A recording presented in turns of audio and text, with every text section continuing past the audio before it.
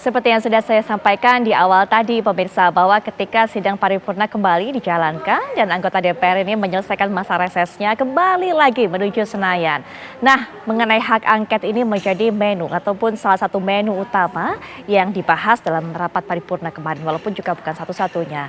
Ada beberapa partai politik yang cukup vokal mengenai hal ini, terus menyerukan adanya hak angket, yaitu ada PKB, kemudian juga PKS dan PDIP. Tapi partai-partai lainnya, walaupun tidak tergabung dalam Koalisi Indonesia Maju, sepertinya sudah mulai goyah, sudah mulai berbalik arah. Kita akan bahas malam hari ini, apakah memang partai-partai tersebut tetap akan menyerukan hak angket, apa urgensinya dilaksanakan hak angket ini. Nanti kita akan dengarkan pandangan dari pengamat politik dan juga pengamat tata negara, tapi saya juga akan perkenalkan narasumber yang bersama saya, ada Bang Habibur Rahman, mewakili Partai Gerindra. Assalamualaikum warahmatullahi wabarakatuh, Bang Habib, selamat malam. Selamat malam, baik. Putri.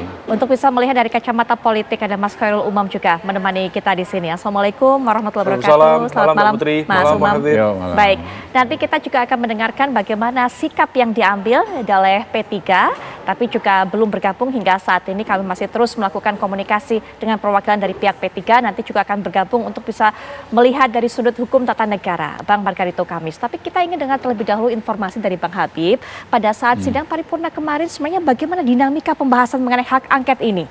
Ya, sebenarnya Putri, yang namanya interupsi di paripurna itu kan terjadi hampir semua paripurna, ya. Ya, kalau di kalangan kami anggota DPR, paripurna itu sebetulnya kan sebagai ajang show off saja, ya, sebuah tampil-tampilan, apalagi kan diliput TV langsung, ya. Sementara kalau yang mau lebih konkret, kalau kita bersikap itu adalah di komisi, ya. Kalau misalnya di paripurna yang lalu ada yang kritik soal pupuk dan lain sebagainya. Sebetulnya kalau di paripurna tuh nggak akan dampak apa-apa karena paripurna kan nggak mengambil kesimpulan. Ya. Dan pemimpin itu kan cuma pengatur lalu lintas pembicaraan kalau paripurna, termasuk soal angket. Angket ini kan pengajuannya bukan dengan interupsi. Kalau mengajukan angket dengan interupsi kayak kemarin ya dapat dikatakan basa-basi. Pengajuan interupsi apa? Hak angket itu secara administrasi diatur di Undang-Undang MD3, di Tatip DPR, membuat pernyataan tertulis. Isinya 25 orang beda fraksi, ya, dari 2 fraksi, lalu diajukan secara tertulis, diedarkan dulu, ditandatangani, dibahas di Bamus dan lain sebagainya. Administrasinya begitu. Sehingga yang kemarin itu ada teman-teman yang interupsi kan ya lebih merupakan mereka menyampaikan aspirasi mereka, orang per orang itu. Juga kan nggak menyatakan bahwa ini pernyataan mewakili fraksi, juga tidak. Nah, kalau perkembangan dinamika di DPR, terus terang sejak 2 minggu ini kan saya, walaupun kemarin reses, ya kan banyak teman-teman yang datang ke kantor, kita ngobrol satu sama lain. Ya, terus terang, kalau yang saya tangkap bahwa sebagian besar teman-teman yang lintas koalisi Pilpres ini mengatakan ya sudahlah, ini Pilpres ini kan sudah berlalu. Artinya sudah ada suara yang disebut pemenang oleh quick count, ya kan ya. Kalau toh ada usulan-usulan perbaikan tentu, tapi kalau ada sesuatu aktivitas untuk menghentikan, mempengaruhi apalagi merubah proses pemilu melalui DPR, rasa-rasanya sih ya cukup nggak mungkin ya, kemungkinannya kecil. Nah, itu yang saya tangkap dari teman-teman. Tapi nanti jadi silakan. Jadi sudah mulai legowo ini, Bang, kalau banyak perbincangan di belakang begitu dengan Abang? Ya, kalau perbincangan di belakang kurang lebih begitu. Saya menangkap pesan teman-teman, udahlah, capek kita. Ya kan, kita kontestasi tentu ada saatnya lah. Sebelum pemilu, sebelum coblosan, kita keras-kerasan, tapi setelah pemilu ada hasilnya. Dan kita kan yang paling penting mengawal rekapitulasi berjenjang. Itulah mengapa kemarin sepi, Mas Umam. Karena rekapitulasi berjenjang itu kan sampai tanggal 20 itu masih sampai ke provinsi. Nah, kawan-kawan ini kan selain caleg juga tanggung jawab Pilpres di daerah pemilihan masing-masing. Nah, dan itu kan hitungan jelasnya itu di rekapitulasi provinsi. Sekarang ini kan baru naik selesai kecamatan hari ini, naik ke kota besok mungkin, ya kan ya, mulai provinsi tanggal 7 kalau nggak salah. Ya, tanggal 7 mulai startnya rekapitulasi provinsi, ya, dan itu bisa lama. Sebab ada saja misalnya sudah mulai rekapitulasi provinsi, ada beberapa kecamatan yang masih gantung. Betul. Nah, teman-teman ini kan selain ngurus pilpres juga ngurus diri sendiri di pileg. Betul, fokusnya Nasibnya terbagi-bagi. masing-masing. Yang sudah aman menjaga keamanannya, yang belum aman mencoba cari-cari kesempatan, gitu kan, sehingga ya, dan kalau di pileg, apa namanya, dinamikanya lebih kompleks. Oke, baik. Mereka juga, kita ini kan saling berhadapan dalam satu partai juga, satu sama lain. Kita lengah, bisa kawan satu partai lewat, gitu kan, apa namanya, ambil kesempatan. Jadi ini semua orang kuda-kuda di ibu kota provinsi nih. Ya. Sampai mungkin tanggal 20-an itu kuda-kuda di ibu kota provinsi sampai selesai. Nah, baru lega. Pilpresnya tugas mandat ke beliau, mereka aman, ya kan ya. Pengamanan diri sendiri juga aman. Baik. Kurang lebih begitu. Tapi sebelum kita ke narasumber yang berikutnya, Bang Habib bisa kasih bocoran nggak? Yang legowo-legowo itu, apakah juga termasuk ada dari 3 partai yang cukup vokal kemarin? PKS, Ya, PKB, dan PDIP? Saya bilang, itu komunikasi lintas koalisi pendukung pilpres. Ya, bukan hanya saya berkomunikasi sama teman-teman pendukung Pak Prabowo juga. Saya menangkap kesannya begitu. Kita betul pemilu ini, kata Pak Prabowo ya, melelahkan, masih banyak masalah. Tetapi secara garis besar kita jangan sampai rendah diri dengan demokrasi kita.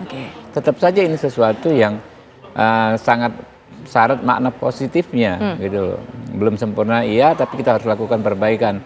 Tapi kalau mau berkelahi lagi dengan konteks hak angket, ya kan ya, yang saya lihat teman-teman lelah gitu loh, ya, lelah semua gitu loh. Baik. Nah, ini langsung saja kita dengarkan bagaimana suara dari P3. Ada Mas Ahmad Baidawi yang juga sudah bergabung secara daring. Mas Awi, selamat malam. Assalamualaikum warahmatullahi wabarakatuh.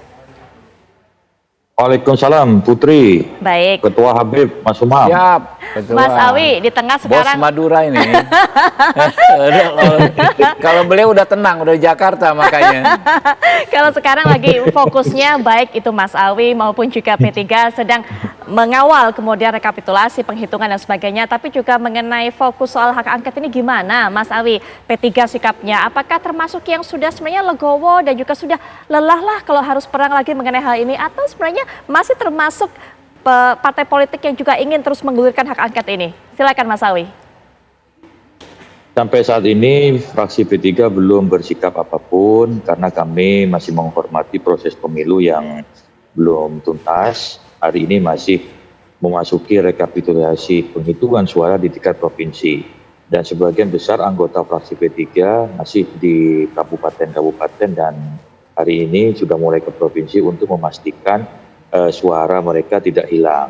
Karena kami memang perintahkan untuk mengawal suara P3 sejak pemilu 2014 kemarin, 14 Februari kemarin setelah pemungutan suara, kita minta semua standby di daerah masing-masing mengamankan kursi karena kita tahu pemilu 2024 ini cukup melelahkan, tetapi kita juga harus ada tambahan tenaga ekstra untuk memastikan suara yang sudah dipercayakan kepada P3 itu tidak hilang. Sehingga kemarin meskipun membuka rapat paripurna, ada sebagian anggota DPR yang sudah datang itu kembali lagi ke daerah pemilihan. Saya ini besok pagi kembali lagi ke Jawa Timur untuk memastikan suara P3 tidak hilang karena sebagaimana teman-teman ketahui termasuk Tuan salah satunya bagaimana pasang surutnya suara P3 dalam bukan dalam hitungan tahun, dalam 14 hari terakhir pasca pemilu gitu. Itu kan harus dikawal betul itu. Baik, selain kemudian berbagi fokus soal mengawal, apa kemudian yang membuat P3 ini nanti bisa memantapkan pilihan, menentukan sikap? Apakah juga menunggu langkah PDIP? Seperti beberapa partai lainnya yang terus terang buka-bukaan mengenai hal itu, melihat dulu bagaimana pergerakan dari PDIP. Apakah itu juga termasuk salah satunya, Mas Awi? Ya, secara tidak langsung bisa saja, tetapi sebenarnya masing-masing fraksi itu memiliki kewenangan otonom masing-masing. Artinya apa? Sikap dari fraksi P3 nanti itu tidak terkait dengan fraksi manapun. Kami memahami sikap dari fraksi Partai Gerindra yang menolak angket sejak awal. Kita memahami juga teman-teman yang interupsi kemarin. Itu kan hak otonom masing-masing fraksi termasuk dari P3. Tidak ada kaitan dengan sikap fraksi manapun. Kalaupun kemudian nanti P3 bisa menentukan iya atau tidak, itu murni merupakan keputusan internal Partai Persatuan Pembangunan. Baik, Mas Umam nanti mungkin setelah jeda juga bisa diberikan pandangan saat ini tuh seperti apa sih konfigurasi partai-partai politik ini, apalagi kalau Bang Habib bilang sepertinya yang kemarin interupsi itu ya hanya show off saja, basa-basi saja, tapi nanti Mas Umam setelah jeda berikut ini kami segera kembali. Kita kembali lanjutkan perbincangan, pemirsa, apa yang bisa dibaca Mas Umam sebenarnya dari sidang paripurna kemarin? Partai-partai memang sudah lelah bergulat dengan apa yang mereka hadapi, mereka alami di pemilu 2024 ini. Kemudian juga masih ada yang berupaya untuk vokal terus menyuarakan menggunakan hak angket. Mas Umam bagaimana petanya hingga saat ini menurut Mas Umam? Iya, kalau sejauh ini di Senayan tampaknya ada situasi yang memang tidak mudah. Dan itu tergambar betul dari ekspresi partai-partai yang tampaknya masih maju mundur betul. Di satu sisi mencoba untuk menyatakan bahwa angket ini sebagai sebuah urgensi dan juga bagian dari tanggung jawab berdemokrasi yang akuntabel, yang transparan.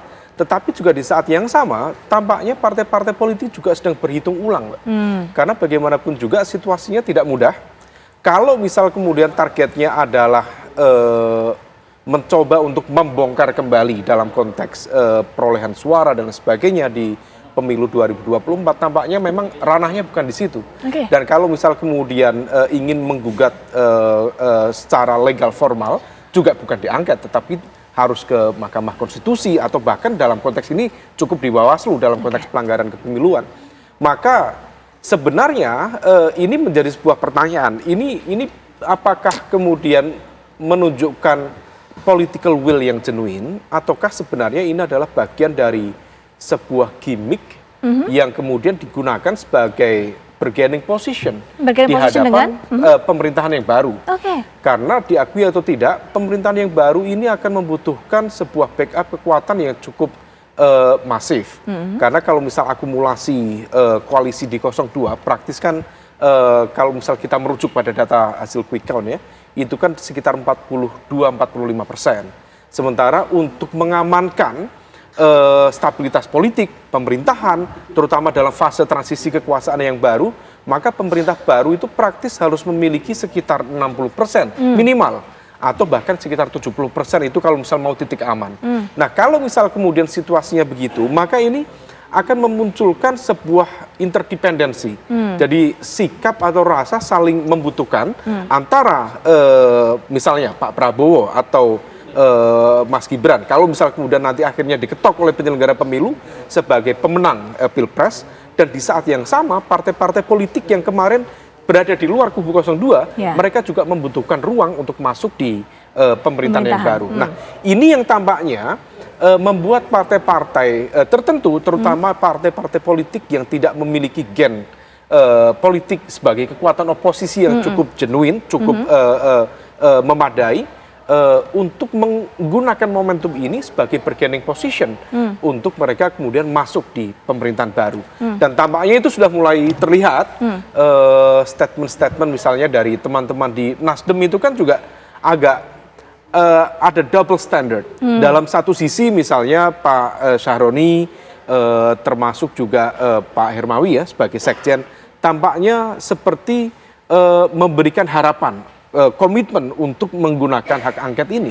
Tapi bagaimana kemudian di sisi lain misalnya Pak Ahmad Ali sebagai pendumnya partai tampaknya ngerem. Ini ada dua statement, dua sikap posisi yang berbeda, dan besar kemungkinan dua nama ini juga atas pengetahuan dari ketua umumnya Pak Surya Paloh itu sendiri. Kemudian partai-partai yang lain tampaknya juga cukup clear.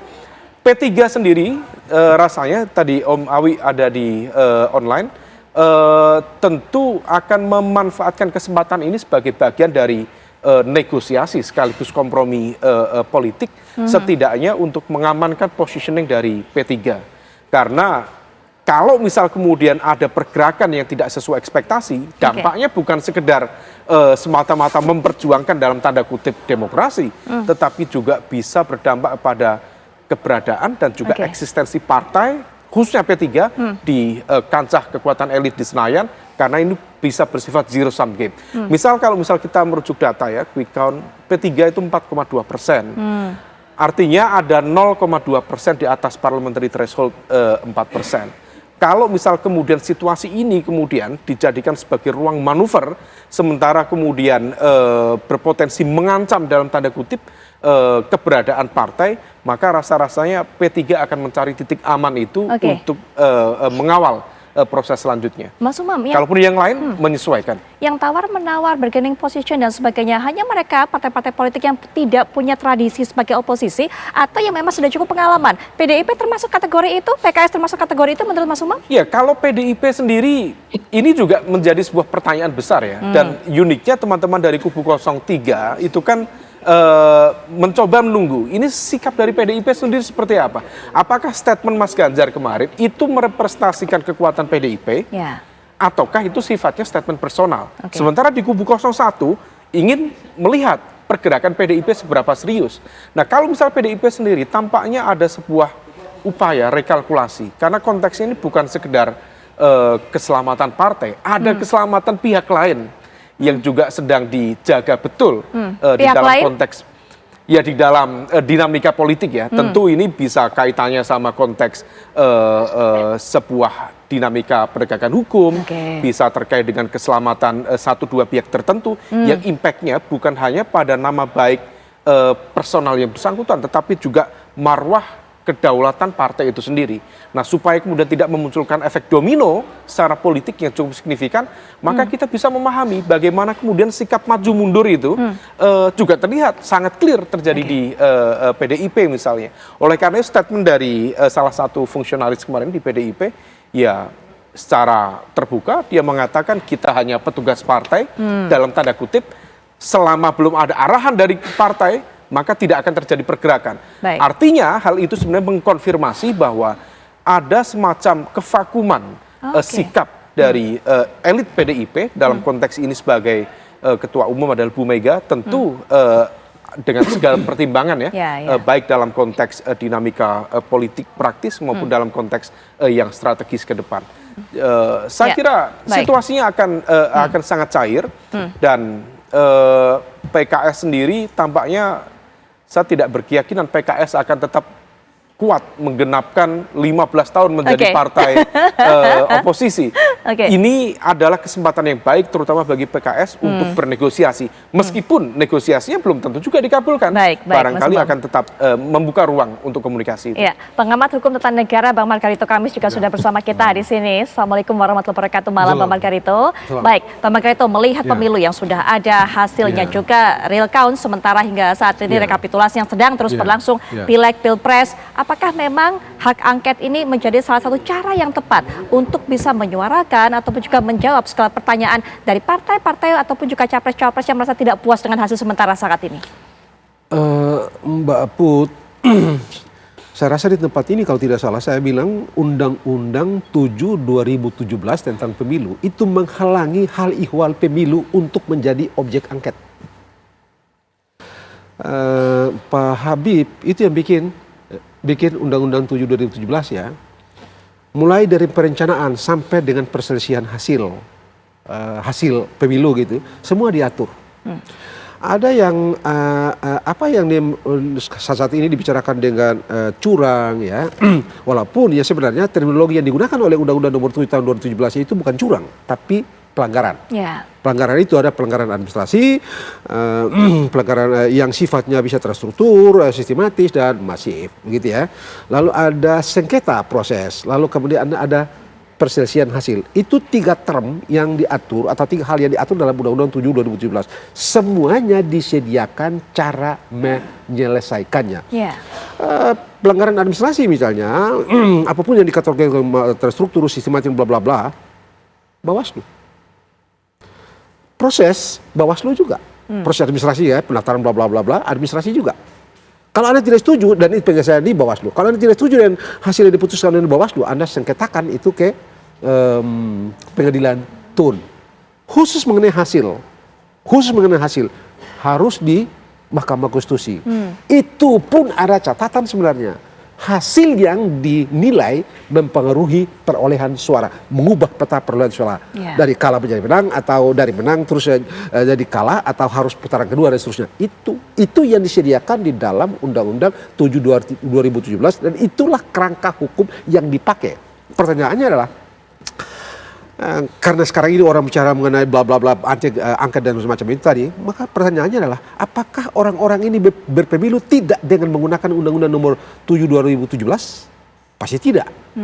Pasti mereka menggunakan Undang-Undang 7 2017. Maka nalarnya adalah orang itu menundukkan diri, mengikatkan diri pada seluruh ketentuan yang ada dalam Undang-Undang 7 2017. Konsekuensinya, hal ihwal pelanggaran atau sengketa atau perselisihan selesaikan dengan Undang-Undang 7 2017. Tidak di luar itu. Anda suka atau tidak, kalau kita bicara sistem ya, kita bekerja berdasarkan sistem, tidak suka-suka. Kalau suka-suka ya lain lagi ceritanya. Kalau suka-suka jatuhnya yang banyak akan mengalahkan yang kecil akan sudah pasti terseok-seok. Pasti bukan itu kan yang bangsa ini pilih kan. Itu sebabnya Pak Habib dan teman-teman DPR dan pemerintah itu bikin undang-undang. Begitu, jadi hanya itu, karena itu. Tapi saya tidak mau sebutkan subjek orang itu. Saya rasa ada orang penting, bukan saya rasa ada orang penting di kubu 03 yang sudah nyata-nyata mengatakan bahwa sebagian dari isu yang dibicarakan untuk diangketkan itu, dipersoalkan dalam hasil pemilu ini tidak bisa masuk dalam kerangka kecurangan pemilu, tapi masuk dalam undang-undang yang lain, dan itulah yang menjadi objek. Tapi hal itu tidak dikerangkakan dalam soal pemilu. Bansos misalnya itu bukan bagian dari dan atau hal ihwal pemilu. Sehingga kalau itu mau dipertanyakan tidak bisa tidak inline dengan pemilu. Baik. Kalau toh diangketkan soal itu barangkali yang mau diangketkan, tapi dia tidak bisa dikoneksikan dengan pemilu. Oke, baik Bang Margarito. Kita dapatkan penjelasan dari Bang Margarito karena sudah disinggung tadi ada penjelasan mungkin menurut Bang Margarito dugaannya dari kubu 03. Nanti mungkin mewakili juga dari 03 Mas Awi bisa berikan tanggapan mengenai hal ini, tapi setelah jeda kami segera kembali saat lagi. Kita lanjutkan perbincangan karena Bang Margarito tadi juga sudah menyinggung mengenai suara yang terdengar dari kubu 03. Mas Awi silakan diberikan tanggapan bagaimana kemudian bansos ini jika dijadikan hak angket ataupun dibahas juga dalam hak angket ini tidak bisa dikorelasikan dengan hasil pemilu 2024 kemarin. Silakan Mas Awi.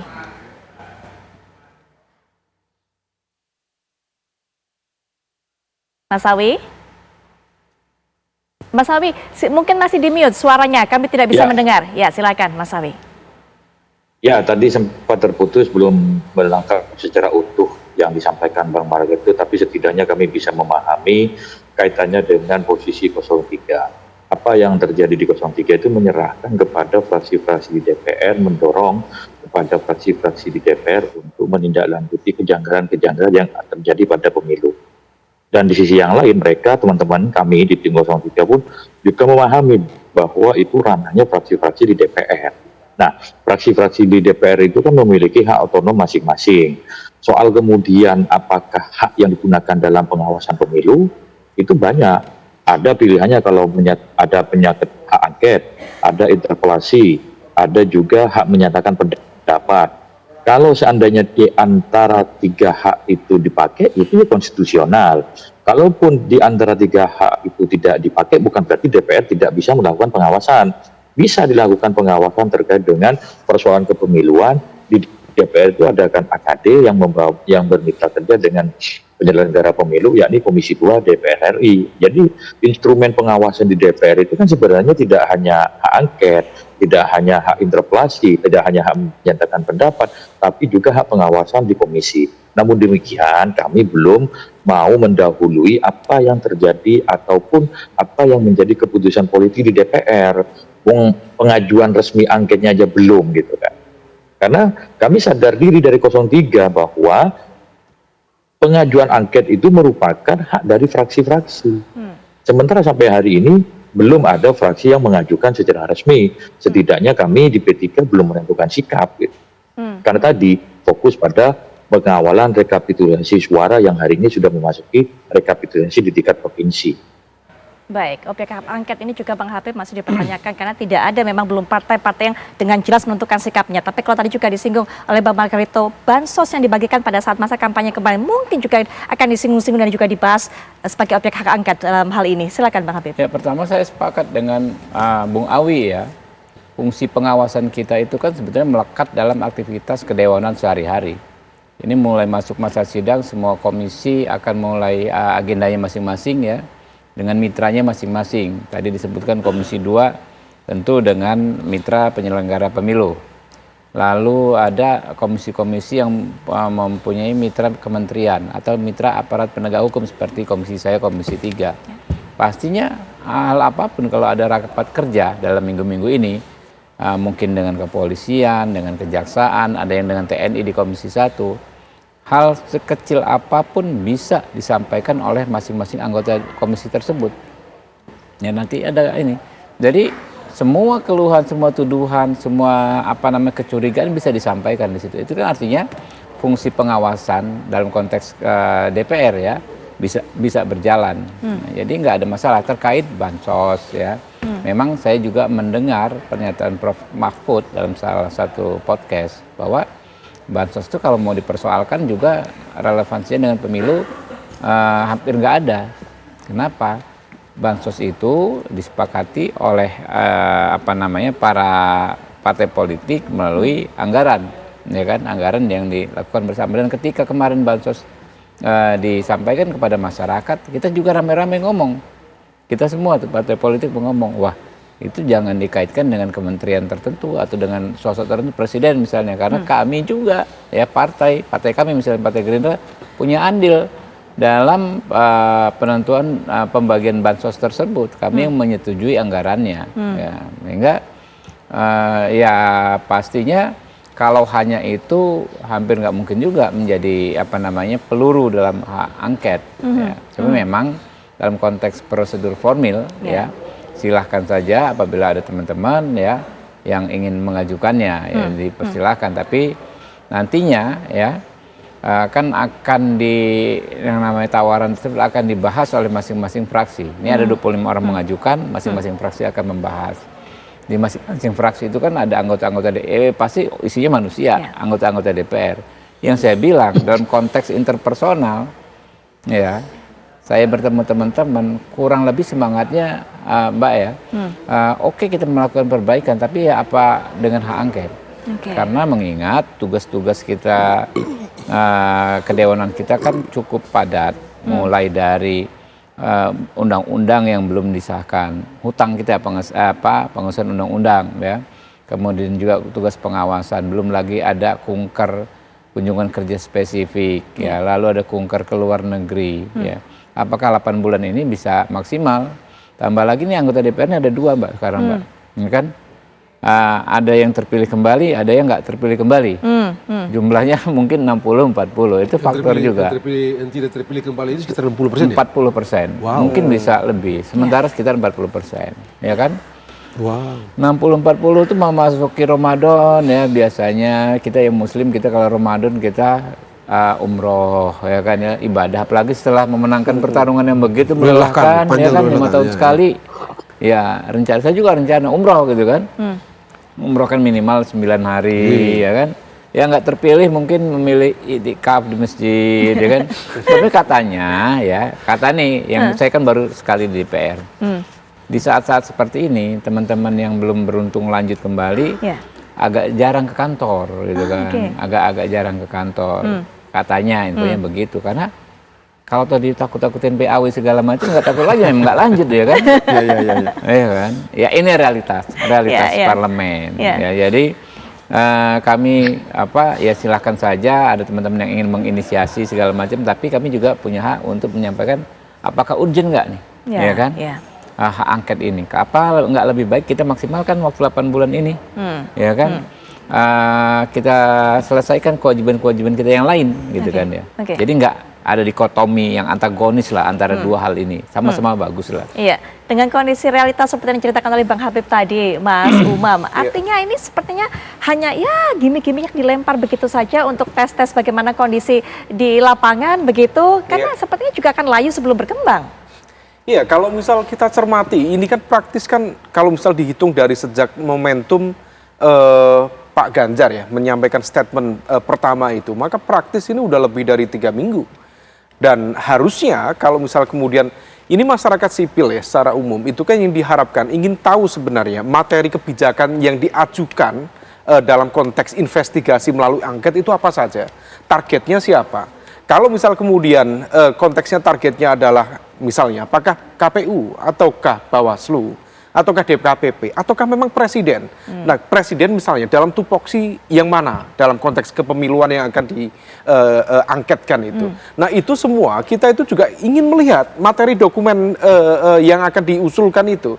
Tapi memang fakta per hari ini belum ada satu pergerakan yang signifikan. Nah, maka kalau misal kemudian kita cermati, maka sebenarnya ini adalah sebuah momentum yang barangkali memang di persimpangan jalan dan tidak jelas sama sekali, dan dari pihak yang mengusulkan sekalipun juga tampaknya juga setengah hati. Nah, maka kalau misal kemudian dari kalangan masyarakat sipil bicara tentang konteks penguatan demokrasi, sebenarnya kita juga ingin melihat pergerakannya seperti apa. Tapi di saat yang sama kampus bersuara, guru besar bersuara, tapi itu hanya pada lokal ekstra parlementer. Sementara di dalam parlementer sendiri, di intraparlementer itu praktis tidak terjadi pergerakan apa-apa. Nah, mengapa itu terjadi? Sekali lagi, besar kemungkinan ini adalah ruang negosiasi dan kompromi kepentingan politik yang tampaknya akan dimainkan oleh kekuatan-kekuatan tertentu itu untuk mencoba untuk mencari titik damai, sekaligus juga zona aman dalam proses transisi kekuasaan ke depan. Nah, adapun kemudian secara teknis tadi ya, yang disampaikan oleh Bang Habib, itu juga menjadi sebuah kendala tersendiri. Maka ini kalau misal kemudian nanti betul-betul momentum kemarin itu yang sifatnya seperti gertak sambal saja, sepertinya masih dimunculkan gitu ya, tapi kemudian pergerakannya juga sama sekali tidak terjadi. Lalu apakah memungkinkan di paripurna yang akan datang? Tampaknya belum terlihat sebuah pergerakan yang signifikan. Lalu kemudian nanti belum memasuki masa Ramadan, pasca Ramadan Idul Fitri. Tampaknya kalau misal kemudian memang menggunakan momentum pasca rekapitulasi KPU, maka akhir Maret. Akhir Maret itu adalah minggu kedua menjelang Idul Fitri. Secara teknis itu juga agak problematik ya, mengkonsolidasikan basis kekuatan. Memang di pengusulan mudah, tadi MD3 pasal 73, 25 anggota DPR, lintas fraksi, itu sudah cukup diusulkan. Tetapi dalam konteks pengambilan apakah ini kemudian akan digolkan atau tidak di paripurna, itu kan dibutuhkan momentum pengkonsolidasian anggota-anggota fraksi. Dan tampaknya tidak mudah atau belum mudah. Oleh karena itu ke depan situasinya akan sangat cair, dan kalau misal kemudian masih tidak ada pergerakan, ya jelas layu sebelum berkembang. Baik, nanti kita akan bahas, kita akan dengarkan juga tanggapan dari Bang Margarito, tapi setelah jeda berikut ini kami segera kembali.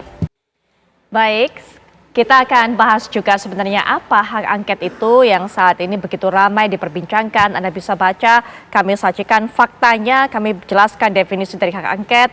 Hak DPR untuk bisa melakukan penyelidikan terhadap pelaksanaan suatu undang-undang ataupun juga kebijakan pemerintah yang berkaitan dengan hal penting. Anda juga bisa lihat sendiri, tentunya hal yang juga sangat strategis dan juga memiliki dampak yang luas pada kehidupan masyarakat.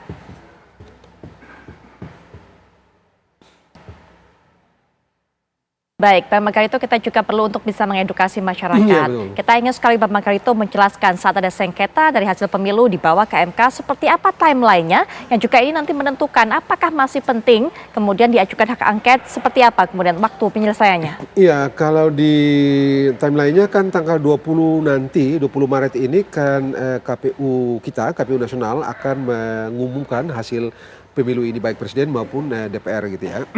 Khusus mengenai presiden, dalam Undang-Undang 7 2017 itu mengatur 3 hari setelah pengumuman penetapan hasil pemilu, pihak yang merasa dikalahkan atau tidak setuju dengan keputusan itu memperselisihkan itu 3 hari setelah itu diperselisihkan ke Mahkamah Konstitusi. 20 berarti more or less 24. Sudah harus masuk ada di Mahkamah Konstitusi.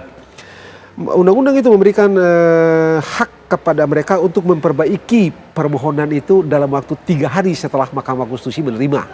Jadi katakanlah itu 23, 24, 27 selesai. Selesai itu baru mulai memeriksa materi permohonan itu gitu ya.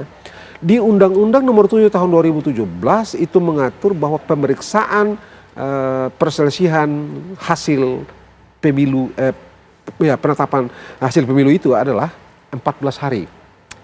Saya kalkulasi more or less ya 14 hari dari tanggal 27, maka tanggal berapa itu? Sekitar tanggal 15 barangkali, nggak sampai 15 April gitu ya. Dengan segala macam kita hitung libur dan lain-lain, jadi more or less tanggal 20 April semua sudah selesai secara konstitusi. Pertanyaannya adalah, kalaulah angket ini mau digunakan untuk, kan isu-isunya di luar kan, apa yang akan didapatkan di angket itu nanti menambah bukti untuk berperkara di Mahkamah Konstitusi gitu ya. Dengan timeline seperti ini menjadi tidak mungkin. Jadi untuk apa angket itu? Kalau misalnya sekali lagi angket itu dikerangkakan untuk mempersoalkan penetapan hasil bla bla bla bla itu yang di pemilu presiden ini, untuk apa? Karena angket ini sampai sekarang aja usul aja belum. Karena kalau prosedurnya kan usul dulu ke pimpinan, pimpinan akan membawa itu ke Bamus, Bamus mutus baru ke paripurna, paripurna baru menentukan pembentukan panitia khusus, barulah tim bekerja gitu kan. Berapa lama itu, Beb ya? Iya. Panjang itu kan. Jadi sebelum terbentuk jangan-jangan pemilu udah tuntas secara konstitusi. Ya, baik. Udah tuntas. Jadi untuk apa? Nah, di titik itu menurut saya apa yang tadi Wi bilang lebih masuk akal. Dan P3 bilang itu tadi lebih masuk akal. Oke, kalau ada hal, dan memang ada hal gitu kan, udah dikoreksi atau dicek melalui komisi rapat kerja atau apapun namanya begitu ya. Komisi sehingga bisa panjang macam-macam itu. Bagian yang teknis-teknis yang dengan pemilu mungkin biasanya kalau tidak salah komisi 2 gitu ya. Kemudian kalau ada berkaitan dengan penegakan hukum dengan komisi 3 begitu ya. Bicara aja di situ gitu. Menurut saya itu jauh lebih masuk akal, lebih relevan daripada bawa ke angket. Apalagi kalau misalnya angket itu mau dikerangkakan untuk mengubah hasil pemilu atau di-inline-kan dengan hal-hal pemilu gitu. Karena ternyata karena dari timeline tadi itu sekali lagi more or less tanggal 20 April pemilu presiden tuntas secara konstitusi.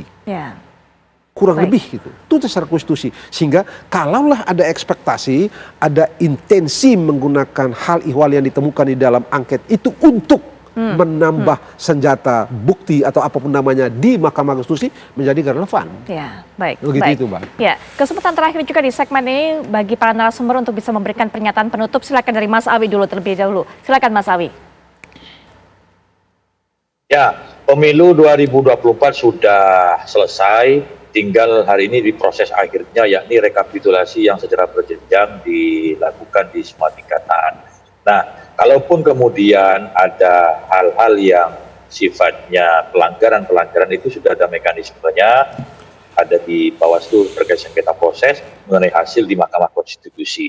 Kalau secara umum penyelenggaraan, kami di DPR memiliki hak untuk melakukan pengawasan. Kalau toh kemudian nanti angket pun terbentuk, itu juga bagian dari sikap politik, keputusan politik dari DPR. Seandainya angket tidak terbentuk, itu bukan berarti DPR tidak melakukan pengawasan. Tetapi kami bisa melakukan pengawasan melalui komisi terkait, yakni Komisi 2 DPR. Terima kasih. Baik, Mas Umam selanjutnya silakan. Iya, kalau misal kemudian konteksnya adalah target untuk mengubah hasil pemilu, rasa-rasanya memang satu tidak mudah, yang kedua tidak mungkin karena memang ranahnya bukan di angket, tetapi di wilayah yudisial, konteksnya baik di Mahkamah Konstitusi maupun kalau misal kemudian ada sengketa di Bawaslu. Tetapi di saat yang sama gap suara, kalau misalnya konteksnya adalah di Pilpres, gap suaranya itu sangat tinggi, sangat besar. Nah, gap itulah yang kemudian dalam konteks perdebatan teknisnya rasa-rasanya tidak mudah. Kalau misal kemudian angket ingin mencoba untuk membuktikan ya dalam konteks TSM, kembali ke pasal 286 Undang-Undang Nomor 7 Tahun 2017, maka kemudian pembuktiannya juga sangat tidak mudah. Misalnya menghadirkan 50% data pelanggaran di 50% atau setengah dari wilayah provinsi se-Indonesia itu tidak mudah. Maka kalau misal kemudian akan diangketkan, besar kemungkinan targetnya adalah mencoba untuk dalam tanda kutip menggoyah kredibilitas dari pemerintahan saat ini sebagai pihak yang seolah quote by quote dituduh sebagai pihak yang bertanggung jawab di belakang praktik-praktik pelanggaran itu. Tapi kalau misal kemudian ternyata partai-partai rasanya juga mencoba untuk kembali bernegosiasi lagi, berkompromi lagi, maka siapapun yang masih memiliki political will untuk membuka semua ini, kalau misal angket belum memungkinkan, bagus juga tadi idenya, masuk di level komisi, dan itu per komisi juga bisa dipublikasikan. Misalnya terkait dengan konteks dugaan politisasi aparat keamanan. Kalau misal terkait dengan Polri, tentu di Komisi 3. Kalau misal kemudian terkait dengan dugaan politisasi TNI misalnya, maka bisa di Komisi 1. Itu kan representasi dari kekuatan-kekuatan itu ada. Nah, kalau misal kemudian terkait dengan Bansos, Komisi 8 juga harusnya juga bergerak.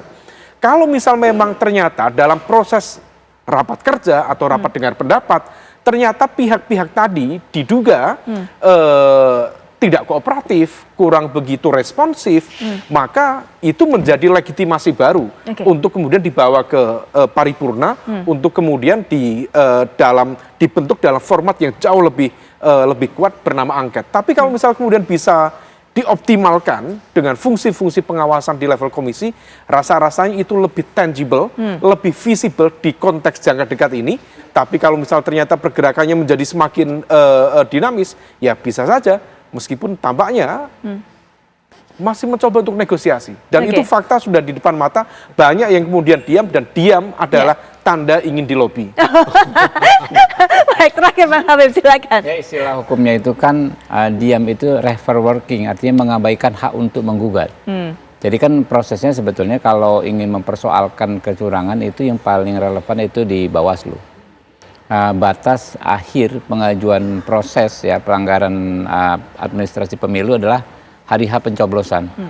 Jadi kalau waktu itu diajukan TMS itu batas akhirnya baik undang-undang di hari H pencoblosan. Ya, sampai kan kita tahu tidak ada begitu juga langkah-langkah hukum terkait tuduhan keberpihakan presiden, pelanggaran pasal 547. Itu batas akhirnya ketika hari H pencoblosan. Tidak ada juga laporannya. Sehingga memang sudah benar, tapi saya sepakat dengan Bung Awi bahwa angket ini ya satu-satunya opsi manfaat angket ini hanya adalah perbaikan untuk pemilu-pemilu berikutnya. Ya, karena kalau kita ingin secara prosedur maupun secara substansi nggak bisa. Secara prosedur yang saya sampaikan tadi sudah mentok karena sudah di hari pencoblosan nggak ada laporannya, kepada presiden nggak ada, TMS nggak ada. Tapi secara substansi juga kalau toh dibuka ya panggung-panggung, apakah di panggung angket, apakah di panggung rapat kerja komisi, pasti akan menarik karena yang bunyi kecurangan itu bukan hanya yang ada relevansinya dengan paslon 2. Misalnya nanti di komisi terkait komisi 1 ada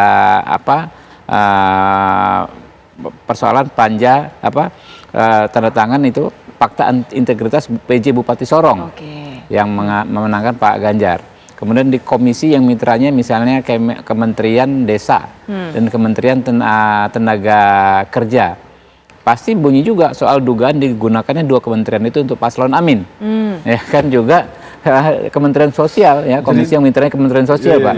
Pasti bunyi juga bagaimana PKH dituduh digunakan untuk kepentingan paslon tertentu. Ya, jadi bunyi semua nanti. Singkat, Bapak gitu. Bertolak dari semua yang kita bicarakan ini ya, dan komplikasi politik di angket maupun komplikasi teknis di hukum gitu, dan semua yang sudah kita bicarakan rasanya nothing deh angket ini. Dan di hukum pun nothing juga untuk mengubah kenyataannya. Karena itu saya rasa jalan terbaik sebagai bangsa adalah Pak Ganjar dan Pak Mahfud, begitu Pak Anies dan Pak Caimin, sudahlah berbesar hati ucapkan selamat sama Pak Prabowo, karena komplikasi persyaratan teknis hukum juga tidak memungkinkan mereka mengubah keadaan. Hal-hal komplikasi di politik pun tidak memungkinkan itu juga mengubah keadaan. Karena itu ada alasan saya rasa mengambil ini menjadi kekuatan besar, memoles diri menjadi sesuatu yang hebat dengan cara ya sudah ambil mic press conference, beri selamat sama Pak Prabowo. Itu saya rasa jalan yang masuk akal. Itu masuk akal. Bang Margarito. Karena konteksnya tadi rumit macamnya gimana coba? Baik, Bang Margarito terima kasih, Baik. Bang Margarito, Mas Umam terima kasih, Bang Habib terima kasih, Mas Awi juga terima kasih sudah meluangkan waktu untuk bisa memberikan pandangannya terlibat dalam perbincangan ini walaupun sedang dalam aktivitas dan di jalan sepertinya. Jalan. ya, Jaga suara. Kayaknya baik. jalan.